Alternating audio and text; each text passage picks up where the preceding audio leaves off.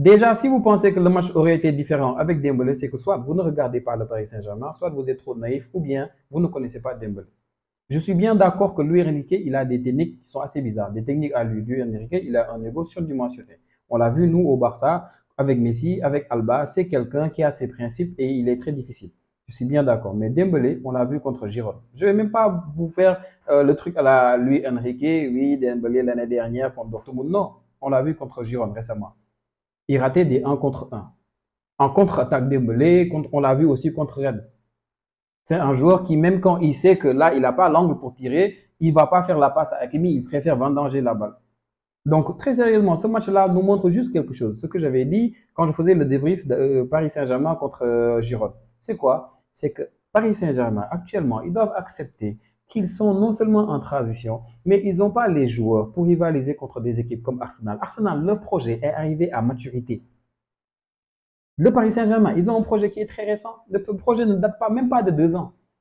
Alors que Arsenal, c'est une équipe qui maintenant rivalise avec Manchester City. Depuis 2 ans, ils sont comme ça avec Manchester City. On les a vus récemment contre City. Donc, on ne peut pas comparer cette équipe-là qui est arrivée à maturité, cette équipe-là qui, depuis quelques années, chaque année, ils recrutent des joueurs qui s'identifient à leur projet, des joueurs comme Declan Rice, des joueurs comme Merino qui est entré aujourd'hui, des joueurs comme Calafiori. Aujourd'hui, ils ont joué avec 4 centraux, 4 défenseurs centraux. La Pep Guardiola, c'est ce qu'Arteta il a fait aujourd'hui. Timber, Calafiori. Alors, en première mi-temps, c'était Calafiori, Timber. Après, Saliba, Gabriel. C'est des joueurs à la base, c'est des centraux, mais qui sont polyvalents. Ça, c'est Arsenal. Partout. Tu as des Trossards polyvalents. Il peut jouer à gauche, il peut jouer en neuf, il peut jouer sur le côté droit. Havertz, polyvalent. Il joue partout. Regardez-les aujourd'hui, en deuxième mi-temps, quand le PSG a été très, très bien, bah, ils se sont regroupés derrière. Ils ont mis un bloc défensivement. À chaque fois qu'ils étaient en phase défensive, ils étaient bien en bloc. Et ils ne laissaient pas 2 millimètres aux joueurs parisiens pour se faufiler entre les lignes. De toute façon, Paris, ils n'ont pas un joueur actuellement offensivement qui est excellent entre les lignes contre ce genre d'équipe-là. Donc, c'était compliqué pour le PSG. Et c'est impossible pour moi, pour cette équipe parisienne-là, d'avoir des joueurs comme Donnarumma et de penser que contre des équipes comme Arsenal, ça peut le faire. Parce que contre ces équipes-là, soit tu es solide défensivement et tu ne prends pas de but, parce qu'on a vu des équipes en Premier League qui rivalisent mieux contre Arsenal que ce qu'on a vu aujourd'hui du Paris Saint-Germain. Et ces équipes-là, la chance que ces équipes-là ont, c'est que des fois, ils ont des gardiens qui sont solides, ou bien ces équipes-là même ont un projet qui est des fois un peu plus huilé. Donc, c'est des équipes qui sont en Premier League depuis 2, 3 ans, qui ont l'habitude d'affronter Arsenal. Donc, ça le fait. Donc, à défaut d'avoir une défense solide, aujourd'hui, tu as eu Pacho qui laisse Havertz se faufiler entre lui et Nuno Mendes et mettre cette tête-là. Tu as Donnarumma qui sort vraiment de manière assez hasardeuse et ne sort même pas avec le point en l'air. Tu ne comprends pas. Tu as aussi surtout un João Neves qui laisse tout un boulevard à Trossard. Regardez sur la passe. Trossard, il n'est même pas inquiété. Trossard, il se tourne, il voulait aller tout droit, c'est bloqué, il se retourne. Qu'est-ce qu'il voit? João Neves qui est à 25 mètres. Donc il se dit, il y a quoi? Ah, il y a l'appel d'avance. Et hop, c'est parti. Qu'est-ce que tu vas faire avec des équipes comme ça? Dans les duels aujourd'hui, Arsenal, ils ont été désastreux en première période. Ils ont été désastreux. Et pourtant, j'ai vu des trucs pas mal. Nuno Mendes, sur sa première montée de balle, on a vu qu'il a touché le poteau quand il a frappé. J'ai vu aussi que sur le côté droit, Hakimi, dans les transitions, quand il montait, il était excellemment bon. Malheureusement, Raya s'est tout le temps interposé. Donc, ils ont essayé, ils ont essayé. Mendes a beaucoup attendu Hakimi. Hakimi était très bon en haut. Désiré Doué, il a beaucoup permuté. Il est beaucoup entré à l'intérieur. Ils ont essayé, mais malheureusement, cette équipe d'Arsenal, elle est très solide. Et quand tu commences le match avec non seulement 4 centraux, mais que tu mets devant Thomas Partey et Declan Rice, mais c'est que l'adversaire va souffrir. City, ils ont souffert avec ça. Et c'est l'équipe qui se crée le plus d'occasions de but par match. Donc, c'était impossible pour moi de voir un Paris Saint-Germain réussir à déverrouiller cette défense d'Arsenal-là facilement. Non, c'était pas évident. Donc, pour moi, en deuxième mi-temps, le Paris Saint-Germain, ils ont fait un meilleur match, très sérieusement. Ils ont posé leur jeu. Ils ont essayé de faire ce qu'ils voulaient faire, mais malheureusement, après, il y a eu des changements qui ne les ont pas aidés. Colomwani, il est entré en Timberlane.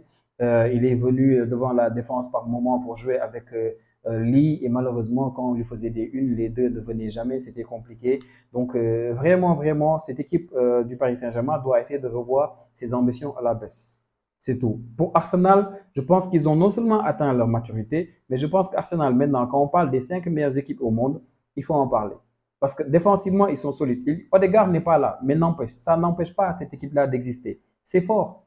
Même si des fois, il leur arrive, comme presque toutes les équipes, d'avoir des contre-performances contre Leicester. Ils ont mis 2-0, ils ont fait tout et n'importe quoi, ils ont failli se faire piéger. Mais ils se reprennent derrière. Donc, c'est cette équipe-là qui est devenue l'équipe d'Arsenal. Et c'est ce que je pense, lui, Renike, il veut faire avec le Paris Saint-Germain. Il va en faire à long terme une très grande équipe. Mais il ne veut pas dépenser beaucoup d'argent pour prendre Osimhen. Il ne veut pas qu'on surévalue des joueurs et qu'ils les achètent.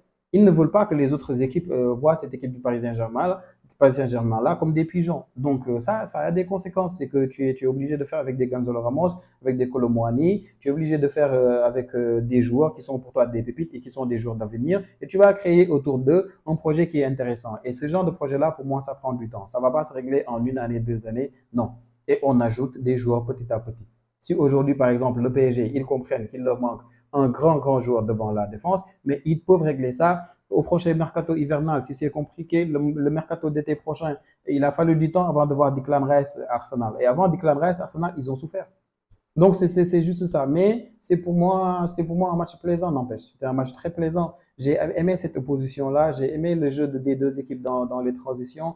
J'ai aimé comment en deuxième mi-temps, Donnarumma, il s'est rattrapé, même si pour moi, si on doit changer des joueurs au Paris Saint-Germain, il doit en faire partie parce qu'il ne colle pas avec ce que lui, Enrique, veut par rapport au jeu de pied. Lui, comme Safanov, le deuxième gardien, et malheureusement, il se permet des fautes d'inattention comme ça, ou il fait des sorties scandaleuses comme ça. Donc, c'était compliqué. Bonne nouvelle pour le Paris Saint-Germain, c'est la trêve. Ils vont partir en trêve. Les joueurs certains vont se reposer, d'autres vont partir avec leurs équipes nationales. Mauvaise nouvelle pour le Paris Saint-Germain. Après la trêve, Dembélé va revenir. Et Dembélé, c'est pas le leader technique de cette équipe-là, malheureusement. Il a montré à maintes et maintes reprises depuis le début de la saison que c'est pas le leader qu'il faut à cette équipe-là. Contre Rennes, j'ai détesté son match incroyable. J'ai rien compris quand il a été partout Dembélé. À chaque fois qu'il était servi, qu'il avait l'opportunité soit de tuer le match ou bien de faire une passe qui va tuer le match, il ne le fait pas. C'est le même Dembélé qu'on avait au Barça. C'est-à-dire les années se succèdent, mais Dembélé, lui, dans sa tête, il ne s'améliore pas. Et ça, c'est dommage pour le Paris Saint-Germain.